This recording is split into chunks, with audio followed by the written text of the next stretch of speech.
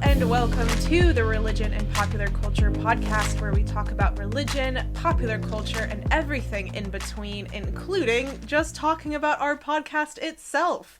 But before we get into that, because that's what we're doing today, sneak peek, I should introduce myself. I am Viviana Simos, and as always, I am joined by my lovely friend and colleague, Alid Thomas. Alid, how are you today? I'm well, thank you, Vivian. Looking forward to a meta episode.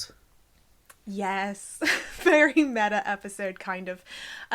So I wanted to kind of reflect on this for people who are unaware. This is the end of season 2 of the Religion and Popular Culture podcast. Season 1 is the pre-Alid version of the podcast. In its early days, it was a podcast where I interviewed different scholars in the study of religion and popular culture, and for a variety of reasons that ended up kind of falling apart. But I did still love the podcast, and I wanted to do something with it. And so earlier in this year, I brought on Alid, and we decided to just kind of have conversations where we've done a bit of research, and we'll chat about the subject in its various forms of religion and popular culture. And because we do a bit of research and we really sink a lot of time into it as far as each episode is concerned and things like that, we decided we would take a little bit of a break each year, just for a chunk of time to not only refresh ourselves, but also to have time to do a little bit of research for the next season. So this is the last episode of season 2, and we will be back season 3 in, I think, April or May. I can't remember which day I set for it. I think April is when we start recording. But so yeah, it'll be around the same time as we popped up in your feeds and stuff with this season 2 earlier in this year, and so it'll be around the same time. But I thought that, like every good academic book, we start with an introduction and we end with a conclusion. And so I thought that's what would be fun to do for this podcast is the beginning of this season, we started with an introduction to what is religion, what is popular culture, what is religion and popular culture. We kind of reflected on what everything was going to be about when we introduced this as saying this is a podcast about religion, popular culture, and everything in between, what that actually means and why we say that. And I figured today would be our conclusion. And the conclusion is we don't know. Yeah. That's always the lovely conclusion to everything. It is. I think if you get to the end of something and you don't have more questions, then it wasn't all that fulfilling. I always like something to leave me with more questions. Or, as we would put in our work, avenues for future research. Yes. We did talk about this a little bit when Alid very graciously allowed me to come and teach his course for a little one day that he was teaching on. And in that, one of his students made a comment that he always leaves a little bit more confused than when he came in, and we went, oh, good, we're doing our job. Yeah. Yeah, absolutely. And so, yeah, I hope that this podcast is interesting to you guys when you're listening to it, but that I also, I do hope that you leave sometimes a little bit more confused. Or with at least a lot more questions. So I thought that maybe what we would do today was that we would kind of talk a little bit about each of the episodes. So if you skipped one or something, you can kind of get a little bit of the gist of what we talked about in that episode.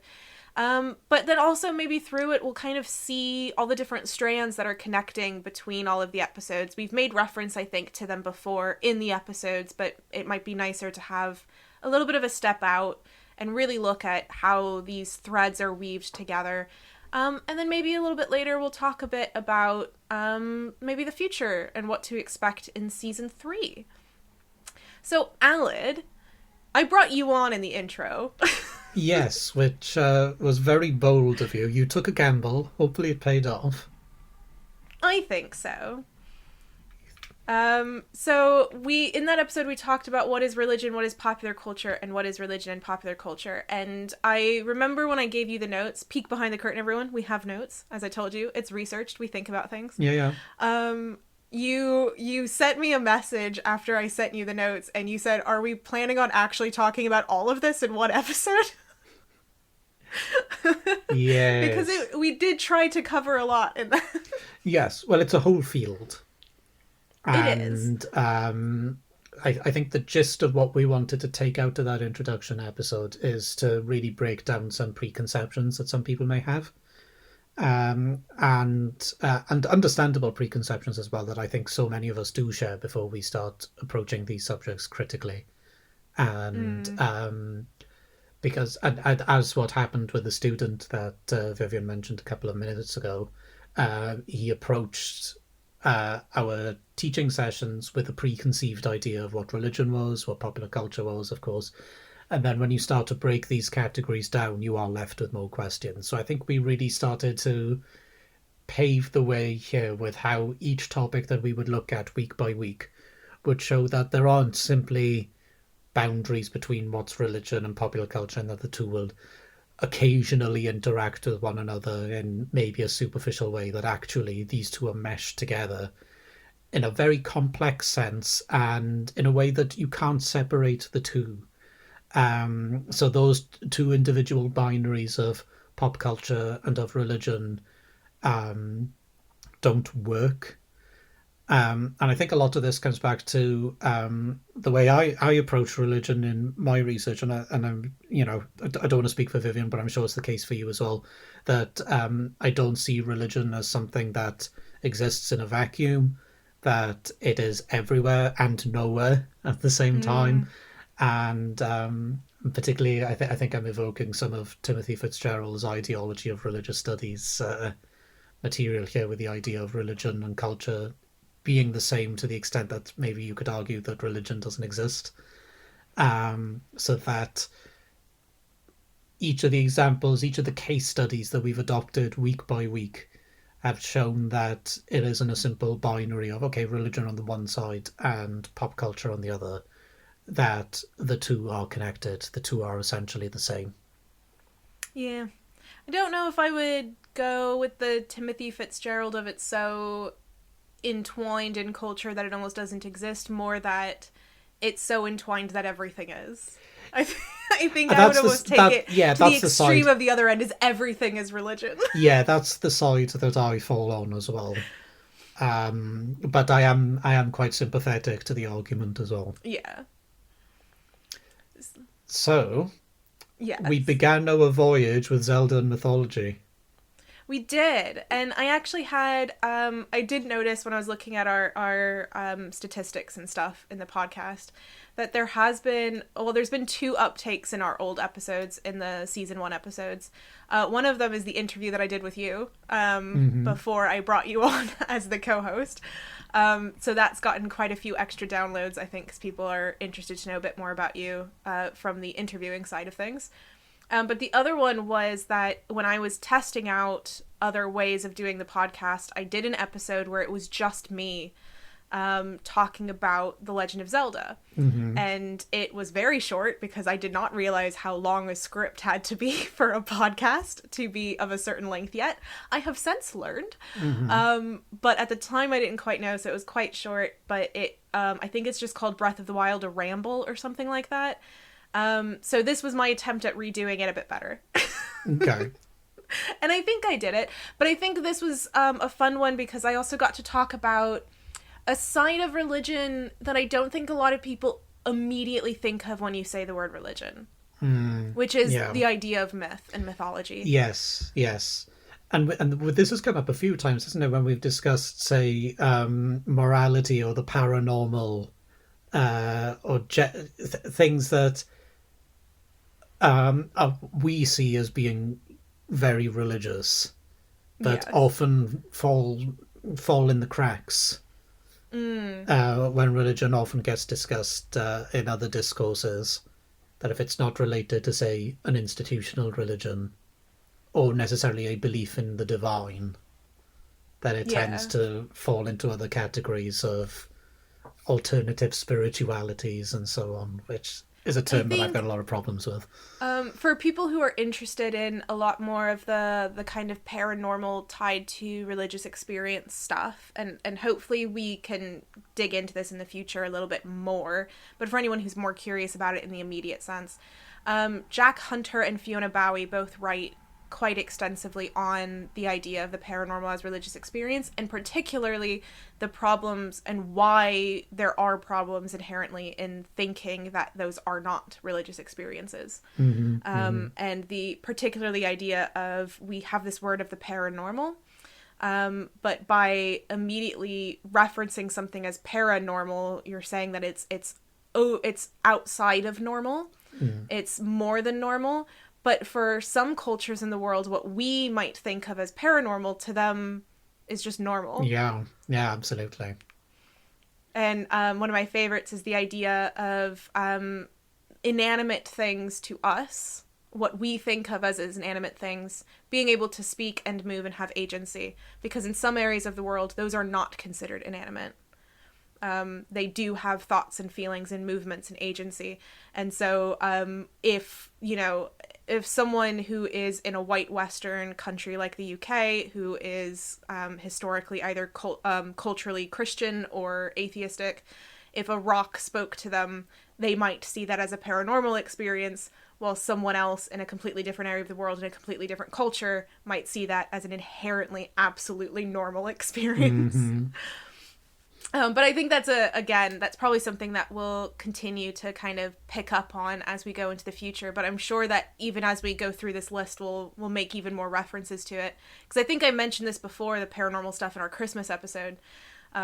So there's definitely through lines that you can see in these kinds of ideas of what is normal versus what's not normal, what's natural versus supernatural. These kinds of ideas, we've already designated something as normal or not normal, or supernatural versus natural. Yeah, and I think we saw some of that stuff with our podcast on invented religions, in terms of what's a real religion, what's a made-up religion. Yeah, and this again, really helped too. It's all about perception. It's all about that, the familiarity one has with the religions that they're describing or that they're encountering. So an invented religion in this context is a religion based upon forms of popular culture, or religions in which people have drawn from aspects of popular culture to explore their own spirituality or religiosity, whether it's on a metaphorical or a literal level. And it becomes an interesting topic in defining what religion is. So as we were saying in this introduction, we don't necessarily know what religion is. If you put religion in a container, then that container is going to be problematic, because it's going to exclude inevitably some forms of religions or understandings of religions in different parts of the world, like what Vivian was just saying about the paranormal. It's the same with religion. What is religion and what isn't religion is a problematic category. And that's why I'm very much a defender of invented religions being religion, because this is people doing religion. And I think that definitely this episode, the Invented Religions episode, was a really good pair with our intro of our discussion of what is religion. You can then kind of jump to the third episode and go, well, here's why this is a problem, when we were saying that it's a problem. Because, and I say this to my students all the time, religions don't fall from the sky fully formed. They are shaped, they are made, they are cultivated by people. They are a series of social actions and interactions. Recently, Paul-Francois Tremlett wrote an excellent blog for the Open University that people should really check out, where he spoke about how religion is best understood as a series of relationships, assemblages of people connecting with one another. And I think that's a really nice way of looking at it. Religion is always practiced. I beg your pardon. It's always done. So in that sense, when we consider it from that perspective, it's not surprising at all that people would draw from the popular culture that surrounds them to understand existential questions, or to find a sense of belonging or community with other people who share those interests as well. Yeah, and I think that this was also kind of touched on in our Buffy episode, where I would like to go back to Buffy again at some point. But in this episode, we specifically talked about the monsters in Buffy, and how monsters and the idea of monstrosity is very subjective. Yes. And we think of monsters as something that is very objectively monstrous, and Buffy really helped to show how monsters can be sympathetic and be good guys. And they can fight to better themselves and redeem themselves. And you can also have people, humans, that are seen as not monsters, can be inherently terribly monstrous. Yes. And I think Buffy was a really good... It's a great show.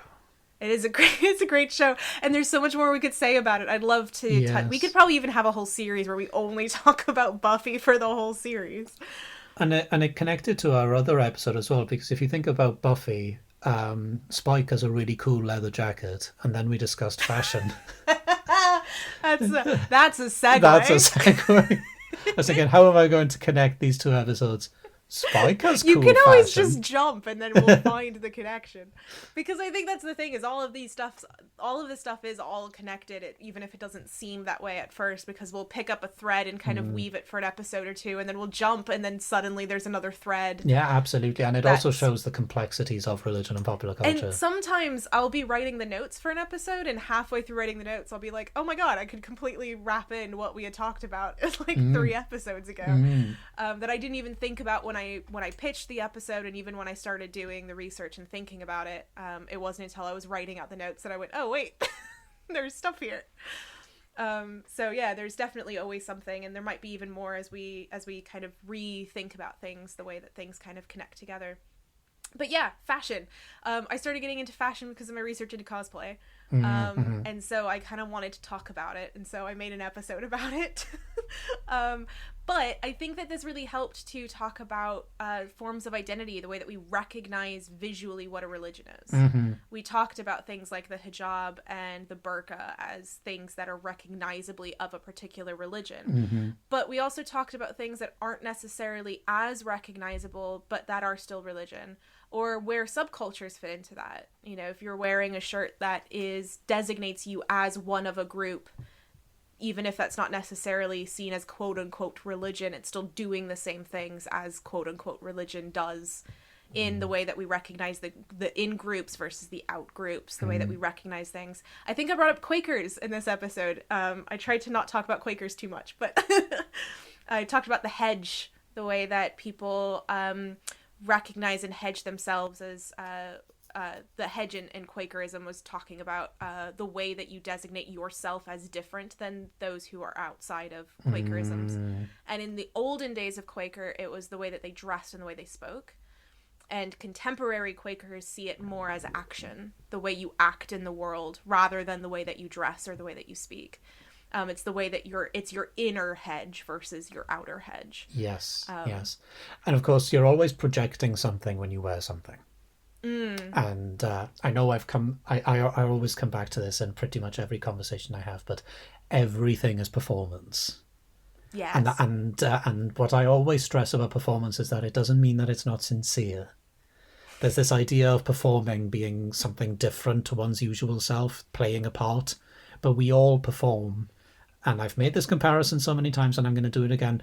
The way I'm speaking now to the audience here in this podcast is a little different to the way I'll speak to Vivian when we're not recording. And then the way I speak to my grandmother is different to the way I speak to my mother, and the way that I speak to my mother is different to the way that I speak to my wife. But that doesn't mean I'm insincere when I'm having these conversations with people. I'm just performing a different aspect. And if you're... My favorite moment is whenever you're like in a car with someone, and this happened with you when we were driving home from Wolverhampton together, is when they either call or are suddenly talking to their spouse. And it was so hard not to get the giggles while you were talking to Toria on the phone when I was in the car with you, because it was just like your voice had a different cadence to it. It was a slightly different, like, higher register. You used different phrasings.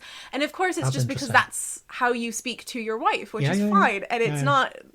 But it is this, it was a side of you I hadn't seen before, and I got to know a different side of Alice. Well, I was reflecting on that conversation the day after, because I do recall that I ended our phone call with my wife by saying, please tell the kitties that I love them. You did. And afterwards I thought, yeah.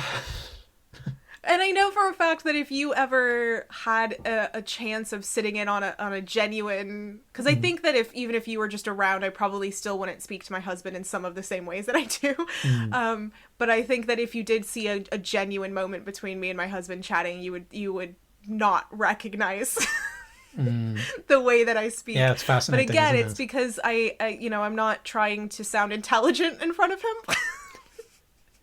In the way that I do when I'm either on this podcast or talking to you about, all tax stuff or whatever it is that we're working on. It is fascinating, and then that comes down to your clothes as well. That when you're wearing something, you are projecting something about yourself. So whether you're wearing a uniform in work, which is obviously a sense of belonging, but it's also a sense of a duty, a role that you're playing at the time, that you're in a certain headspace. I wore a suit to a job interview. It's the only time you'll ever find me in a suit. But it puts me in a frame of mind. It presents me in a certain way to people. Or then if you're wearing a t-shirt that says that you saw Metallica in 1991, you are then projecting something about who you are there, where you were at a particular time, your tastes and so forth, in much the same way that, say, the hijab is worn in contemporary Islam's. That it's important to remember that the hijab is of course, often particularly in Western discourses, there's conversations about it being a symbol of oppression, but it's also a symbol of empowerment for so many women as well, an expression of Muslim identity, the choice to be able to wear the hijab, the choosing to wear the hijab in a multicultural society, that statement of who I am. And of course, then when you make that statement, when you make that performance, people take it in different ways. So you do have those conversations of oppression from people who may make that instant snap judgment, but you also have that impression with tattoos, which I think links us to another conversation that we have, that people may make assumptions based on the tattoos that you have, why you have that tattoo, the sort of person that you are because of that tattoo. I have a new story about that, but I'll talk about that when we get to our tattoos episode, which is a couple down the list, but I got it. There was a new story of interactions regarding my tattoos, which was really interesting. Oh, okay. I look forward to hearing this. But first, we kind of took a weird step. We did an episode where it was a very focused episode on one particular episode of Star Trek Next Generation. That was called Who Watches the Watchers? And it was a really fascinating one because it talked about doing research. It talked about the development of religion. It talked about cultural evolutionism. And there was a lot of really interesting things to kind of dissect. So we decided to do an episode where we really just dissected an episode of Star Trek. And I had so much fun doing this. I think I'd like to do something like this again. It was really fun. And I enjoyed the dual layer of the episode in that you were able to study, we were able to discuss what the episode said about religion and cultural evolution. But at the same time, it had that almost meta element to it, that it just gave us questions about research methods in the study of religions. And participant observation and ethics as well. The ethics of researching people and covert research methods, which of course would give any ethics committee a twitching eye if you were to suggest such a thing. And it's not something I condone, just for the record. But it happens in this episode of Next Gen. So people should definitely listen to that, because there's a really interesting conversation between, if I may say so, between the two of us there about how we approach the groups, because both Vivian and I have done various forms of ethnography with different groups of people, and we both had very different experiences that we had to navigate in particular ways based on the methods that we're equipped with, but also just who we are as people, that when you put yourself into the field, you are going to have a unique experience based on the particular people you interact with and who you are yourself as well. Yes. They may respond to you in a different way. So, maybe my fieldwork participants would have responded differently to Vivian purely on a personal level, and vice versa. So there's always that element of thinking on the fly when you're working with human beings. Yes. So I think that was a fun one to do, because I think keeping it really focused like that also meant that we were able to really get into some nitty gritty. So I think it was a nice tester, I think, to show what we can do. But a lot of this first season, well, second season technically speaking, but first season with Alad, where we were talking a lot more about general stuff to try to kind of lay the groundwork of a lot of the different avenues that we can take, a lot of the different questions that can pop up, with the idea that in future we can do more really, really looking into nitty-gritty stuff like how we did in that Star Trek episode. And one of the more general ones was that nostalgia episode, which we covered. And we talked about Christmas a bit in it, but we talked a lot about the idea of nostalgia as being tied to religion and religious experiences, but then also how it can feel almost like a religious experience even when you're talking about something related to pop culture. And I know that for people who are interested, our friend of the podcast, Chris Deasy, does a lot with nostalgia and even has some podcast episodes that he does. He does a podcast called, I think, Nostalgia Podcast. Yeah. Where he does interviews with people that are purely on their nostalgia rather than their work. Have you done one, actually? Yeah, I have, and it was a really enjoyable experience. There's one with Alad, there's one with me, so you should go check them out. If you have time or are interested. But yeah, there's a lot to dissect with nostalgia, and we'll probably end up talking about nostalgia a lot, especially with popular culture and especially with religion. Yeah, and it came back in with our episode of Christmas as well. Yes. We talked about Christmas quite a bit in that one, and then I think we got into way more detail of it in the later episode on Christmas. But there was also religion and comedy. Yeah, laughing at religion. Laughing at religion, laughing with religion. Laughing near religion. Religiously laughing. There's a lot with the connection, and in there we talked about religion as a punchline. Which religions are seen as ones that you can punch at, which ones are seen as ones you cannot punch at. Where we draw red lines about acceptable comedy and unacceptable comedy. Which I think is a really interesting conversation. And the idea of punching up or punching down. Which, as I said in my bit in that podcast, I think all good comedy should punch up. People may disagree, but that's my opinion.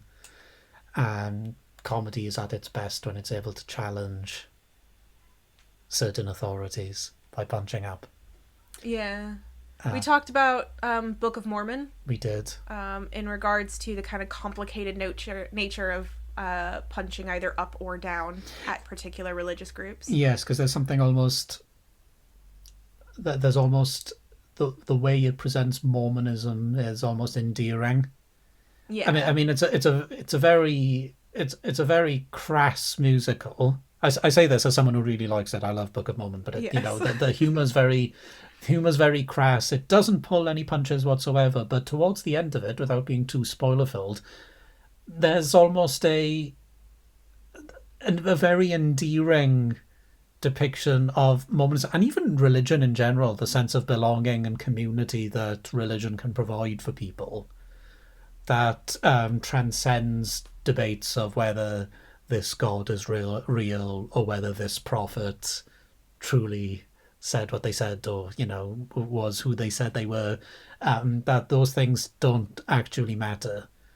There's no such thing as Salt Lake City. It's a metaphor.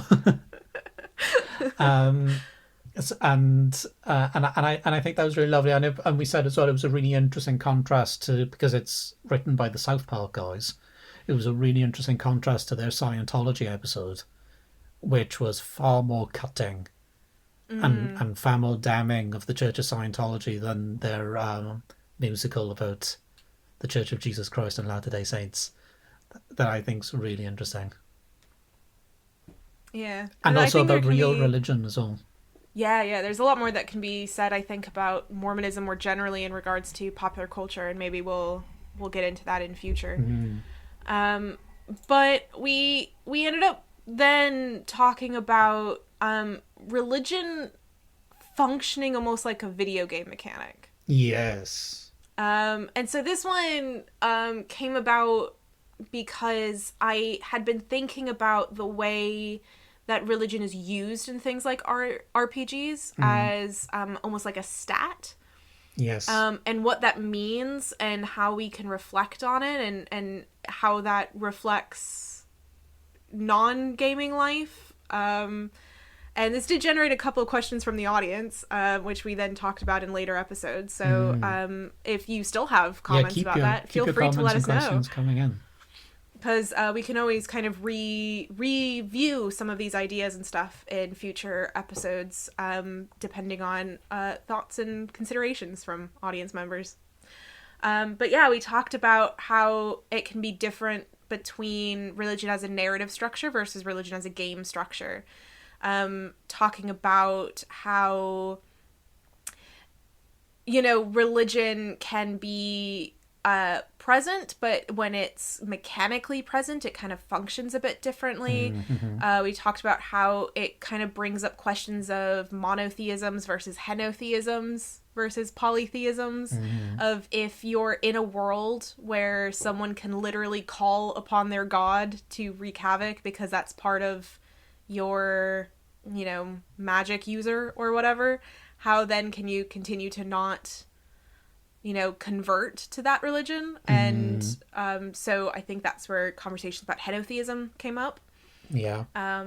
Which is when you can believe that other gods exist, but you just might not worship them. Yeah. So we talked about that a bit. We talked about RPGs and just stat boosts, how stat boosts can function in real life. Yeah, the idea of praying in a video game. Yeah. Which is quite interesting. And then we ended it on a function that I think we could spend a lot more time on, which is talking about when game mechanics can function for the, I guess, proliferation, for the practice of real world religions, where you talked specifically about how Animal Crossing became a really great place for people to get together to celebrate Ramadan during the pandemic. Yeah, absolutely. Due to social distancing and so forth, people were able to utilize the mechanics of Animal Crossing to practice Ramadan.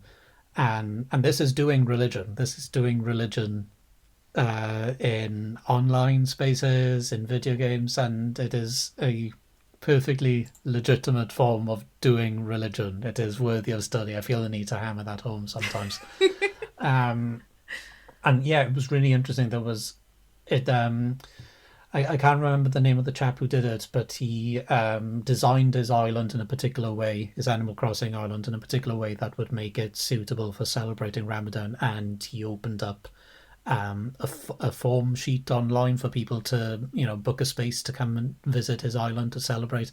And he was just constantly overwhelmed with people visiting the island and so on. Just a really lovely story that I just really enjoyed reading about. Yeah, and I think there's a lot, like we said there, about how people can use video games to further their understanding of their own religion and their practice of religion, of their doing of religion. I know when I was studying the game Journey on the PlayStation, I ended up having a quick chat. I ended up not interviewing him in any kind of fuller sense, but it was a quick chat with a priest who actually used Journey and a group play session of the game Journey with his congregation. So it became this kind of group religious experience of playing this game together. Yeah. And of course, Journey isn't. I'll say it's not a religious game, but I'll put an asterisk on that. Yeah. And maybe we can reflect on that a little bit later, because I think I could also make the argument that it's a very religious game. Absolutely. And then, of course, we discussed Lord of the Rings. Well, yes, that's my religion. Yeah, absolutely. And, I mean, you could do a whole podcast series on religion in Lord of the Rings. It's just oozing religion in every orifice. And sorry, I don't know where I'm going with this. It's the end of the season, folks, so we're quite tired. So forgive us if we're a little bit zanier than usual. Yeah, this is why we're taking a bit of a break. Yeah, this is why we're taking a bit of a break. So when religion oozes from Lord of the Rings, it does so in a number of ways. It has those mystical elements. It has the mythical elements. It has the magical elements. It and of course there's also the religiosity of Tolkien himself and what he intended with his stories, the inspirations that he channeled into those characters, the particular locations in Middle Earth as well, what parts of the world they represent, and the morality of the tale in terms of the corruption of power and so forth. Speaking of corruption of power. Speaking of corruption of power. We did an episode on the Real Housewife of Salt Lake City, Mary Cosby, and the cult claims that surround her and her church. And we actually recorded this one when the trailer for the second season had dropped, but before it started airing. We are now several episodes into the season. And the storylines of the cult claims are really starting to come to a head in the storyline. So I think it might be fun to reflect on this again at some point. I don't know what else new we would say because I feel until something else comes up, yeah. I think that's kind of what we have to do. But in it, we talked a lot about what it means to be a cult or not a cult. And talked about why certain religions are viewed in particular ways, and somewhat giving Mary Cosby the benefit of the doubt, but also I think not. Oh yeah, that's the thing. I'm not endorsing. We did a little bit of both. I'm not endorsing her whatsoever, and you know I know very little about this because I don't watch the show. But what I do know is that I think the cult-religion binary is quite lazy. Especially if you're going to do it based on people of dubious morals or ethical persuasions.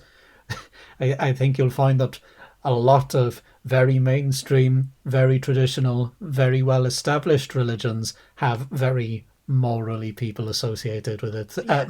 Morally dubious people associated without it. We did mention the Catholic Church quite a few times, I think. That's always my go-to example because corruption and scandal in the Catholic Church is a very recent and a very prominent idea of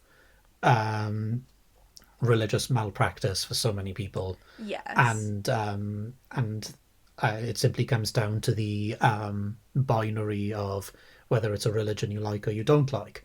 But you have to remember that from the perspective of many people who do belong to this so-called cult, they are perfectly lovely people who have religious beliefs just as much as Catholics do.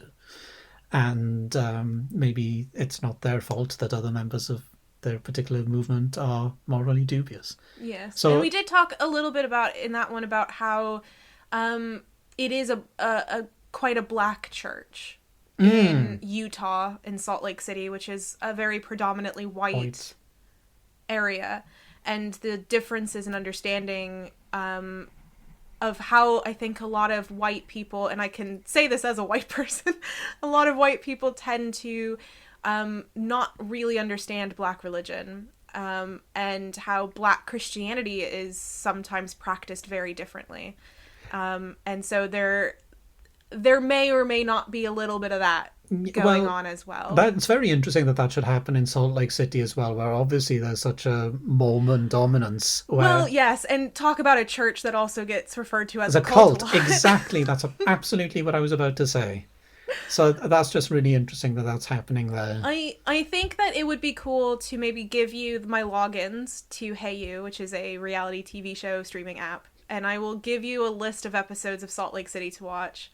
And maybe we will do another reflection on just Real Housewives of Salt Lake City, because there's a lot of conversation about religion in that show, which is why I would really like to reflect on it again.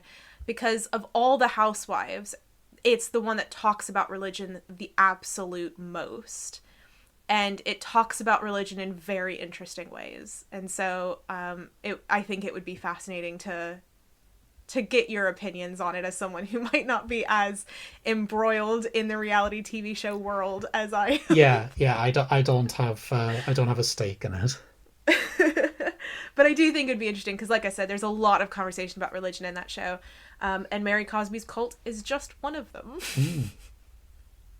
Mary Cosby's cult in inverted commas. Yes. As we mentioned in that episode, every time we use the word cult in inverted commas, except for in my title for that episode, because that helps me get better SEO. Yes, you got to rope in our lovely listeners. I work the system to try to help us. You do.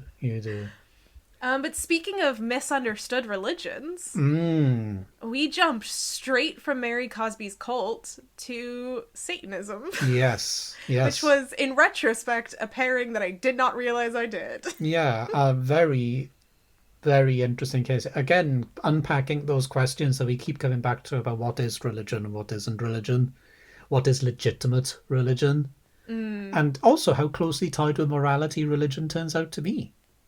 Yeah. I just thought it was quite interesting. Yes. And again, Satanism is a really big topic. Like a lot of these are really big topics, and Satanism will probably pop up many more times. We ended up focusing this one on because we could have talked about the history of it, we could have talked about different aspects of it, but we tried to focus a little bit more on its representation in popular culture in this very stereotypical horror sense. Yes. Focusing a little bit more on its representation in Sabrina, as well as its representation in things like The Exorcist and stuff like that. So it's a little bit more on that side of things. Maybe later we can get somebody who's a little bit more of an expert on the history of it to come talk about it a little bit more in detail with us.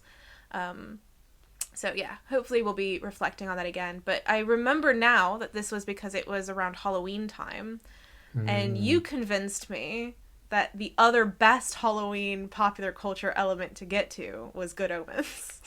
Yes, and it fits in quite nicely as well because Satan is in Good Omens. Satan is in Good Omens. We got lots of demons. Got lots of demons, got lots of angels, got the apocalypse, got the Antichrist. Yeah, got God. Sounds like Halloween to me. Got Gabriel. We've got a witch. Prophecies. We have clairvoyance. It's all in Good Omens. Good Omens is just one of those really fantastic books/shows that understands religion in a very amusing way. It's of course written by Pratchett and Gaiman, so the wit is overflowing in Good Omens. We're very big fans of Good Omens in our house, and it's just a really interesting example of the way that religion can be used in popular culture to tell a story, and how turning these characters on their heads, characters that we know, such as Gabriel, for example, or the idea of the Antichrist and so on, and just putting them in different scenarios that are often quite amusing. And what I quite like about Good Omens as well is that the focus of the show is on the potential redemption for humanity through the fact that humanity isn't perfect, that humanity isn't going to be, isn't going to have everything figured out eventually, that there will be no more morally dubious aspects of humanity. You know, some of the failings of humanity are things to be celebrated in Good Omens, and it's heaven and hell that have the wrong side of their idea of one way should be the highway to hell. Again, as you can all tell, everyone, I'm a little bit tired, but I enjoy Good Omens. Do you enjoy Good Omens, Vivian? Yeah, I enjoy Good Omens. I as I said in that one, I'd only seen the TV show, and I particularly like David Tennant talking to his plants, though he does it in a much more scary way than I talk to my plants. Telling them to grow better, and then I don't. I just coax them by petting their leaves and going, please. I think I mentioned this in the podcast we did at the time, but I'll mention it again. Torio owns the screenplay for the TV show. And it's written by Neil Gaiman, and at one point in the screenplay he says that Crowley shouts at them and the plants are visibly terrified, And then he puts in brackets saying, I don't know how we're going to portray this either. So in the end, they just got the plants to shake. I think they worked. It worked. It did work. It did work. Well, and after that, we talked a bit about religion, food, and popular culture. Yeah. Another broad topic, but another fun one. We got to talk about the different elements of food, how food has become popular culture in a lot of elements, particularly with things like Food Network and just a load of different popular competition and other forms of food shows. There's been a new one that popped up on Netflix called School of Chocolate, which has been amazing. Oh, yes, you did mention this to me. I mentioned this. It's from, they got, I don't know if you're not on, I mean, you're a bit on Instagram. I don't know if you've noticed the chocolatier who's on Instagram a lot called Amaury. No.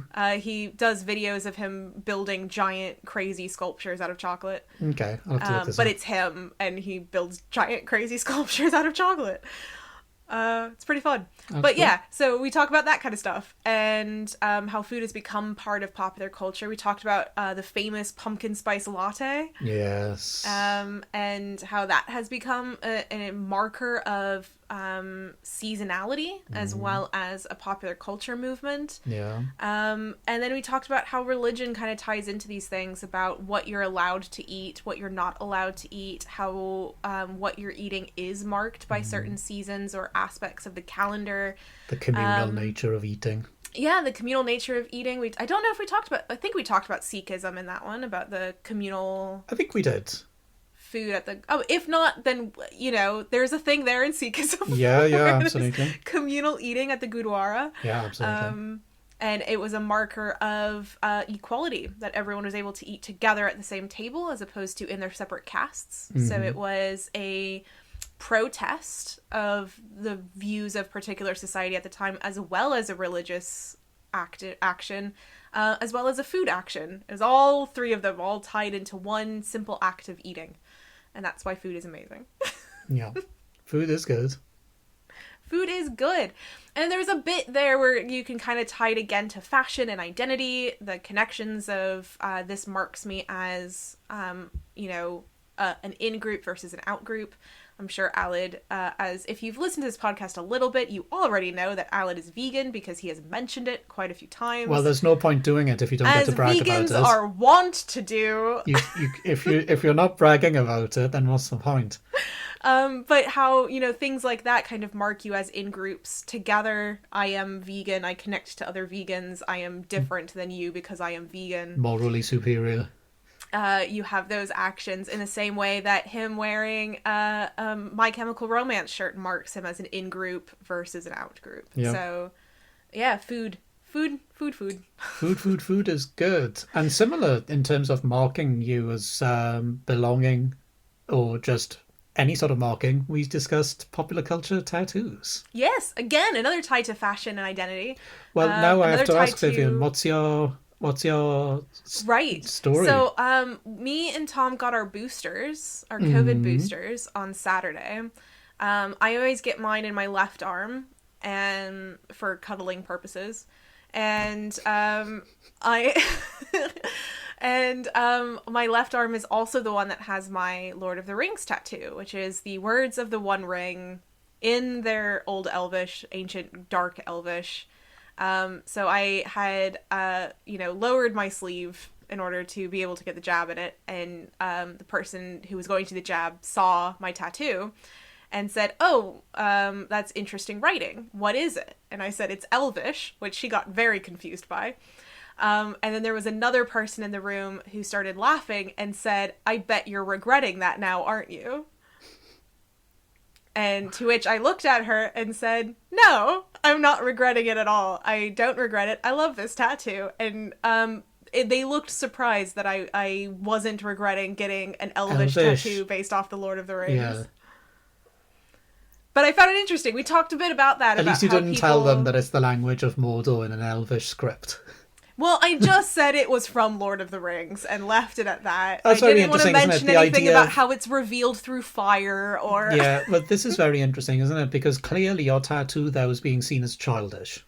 Yes, and we talked about this in that episode of pop culture tattoos, how Mm. there is an expectation that we will regret popular culture tattoos. Because you will grow out of your phase. Yes, and how we talked about how they're markers of identity, but in a way that doesn't fade. And even when you are not interested in anymore those elements, how they are still a marker of who you are as a person. It's really interesting, isn't it? I had a very similar experience when I had my second jab. The person doing the jab commented on my Chemical Romance spider tattoo, as she was taken back by it as well. And then when I said it was My Chemical Romance, she then looked even more confused, and I decided to leave it at that. Um, so yeah, I wonder how many people have had tattoo anecdotes out of getting jabs. If you're Yeah, listening, probably everyone, quite a bit. yeah, if you're listening, Yeah. everyone, if you've been vaccinated, if you haven't, go and do it.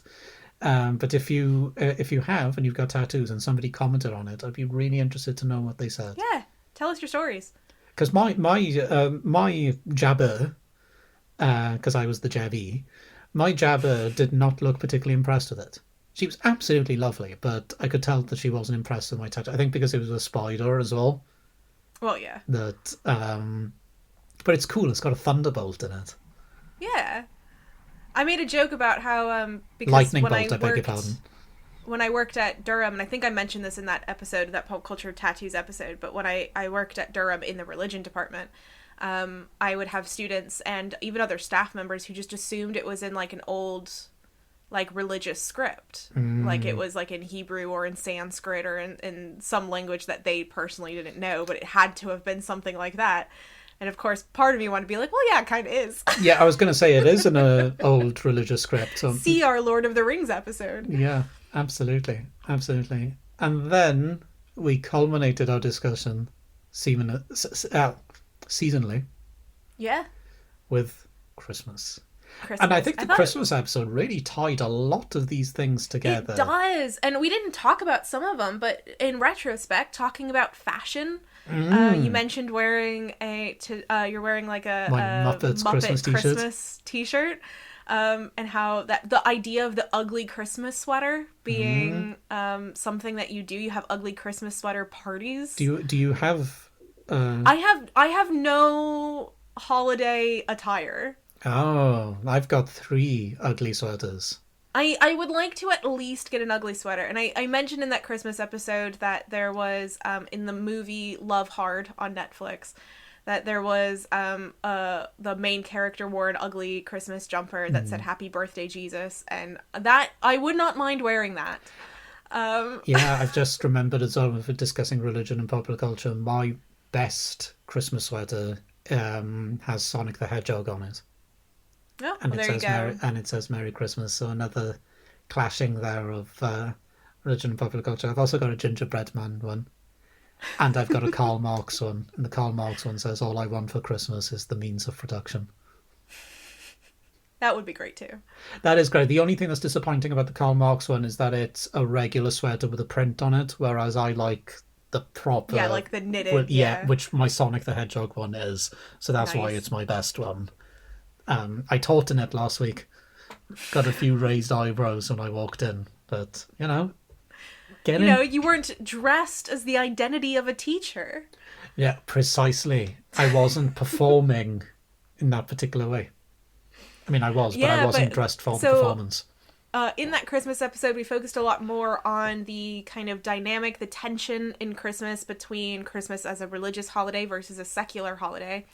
But I think in that we talked a lot about other things that I think have a lot of nostalgia in them. We talked about Christmas in the nostalgia episode, and we could have continued to carry on that discussion, but we talked about A Christmas Carol and how big that is in the UK. Again, I think a lot of nostalgia tied to it between that and the nativity plays that kids put on. Yeah. There's a lot there. There's food.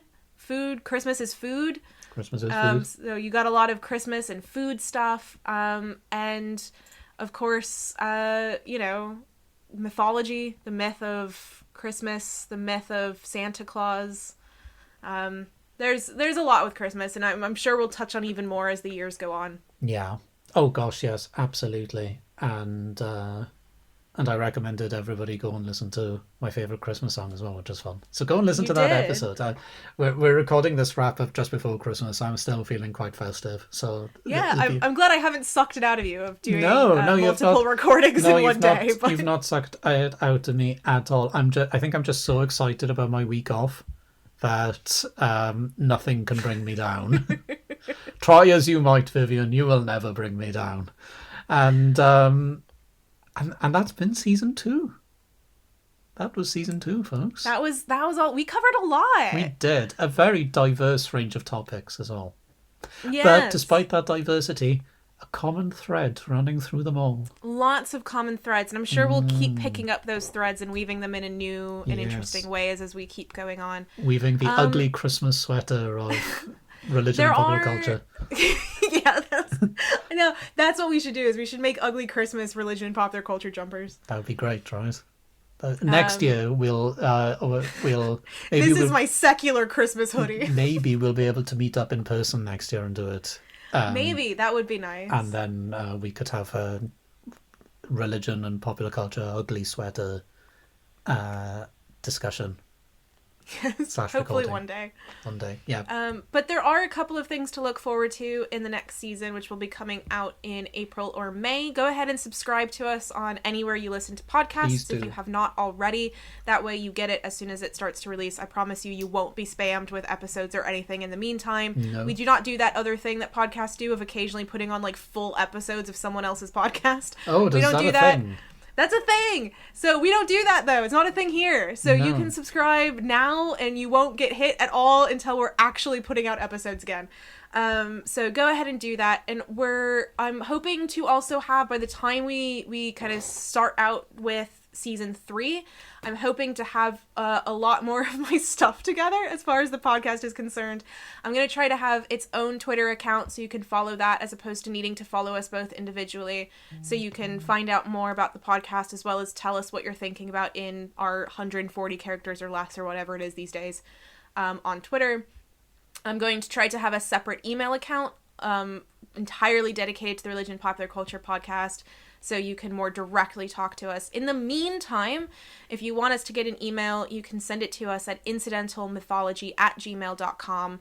Again, I will try to get a different email for season 3, but between now and season 2, you can send us an email there. I will get it no matter what, even if you're listening to this way, way in the future. I will also get it at that email account, but it just means that it's a bit more easy. You don't think that it's going to somewhere different. So I'm going to try to set that up. And one of the other things we're going to try to do is occasionally go back to our roots and have an occasional interview with somebody who knows a little bit more about particular subjects than we do. Alan and I are very skilled at research. We are very good at doing research, but there are limits to what we can do sometimes. And so if there's particular subjects that we really want to get into, but we just know that we don't have the time to sink as much as we really need to in order to talk about a particular subject, we're going to bring on somebody. So if you have anybody in mind that you would like to hear from, or if you are somebody that you would like to appear on, go ahead and also send us an email or a DM or whatever. Please do. In order to let us know. We're going to be working on all of that stuff in the meantime, so that way when we come back with season 3, it'll all be well-researched, well-energized, and looking forward to the next batch. Yeah, absolutely. Absolutely. Well, thanks everyone for joining us throughout this voyage. Yes! It's been a great season, and I'm looking forward to the next one. Me too. I've already got ideas, Alan. Me too, yeah. I promise I won't bother you with them until next year. But... Oh, well, bother away. That's fine. Well, until then, everyone, bye! Bye-bye!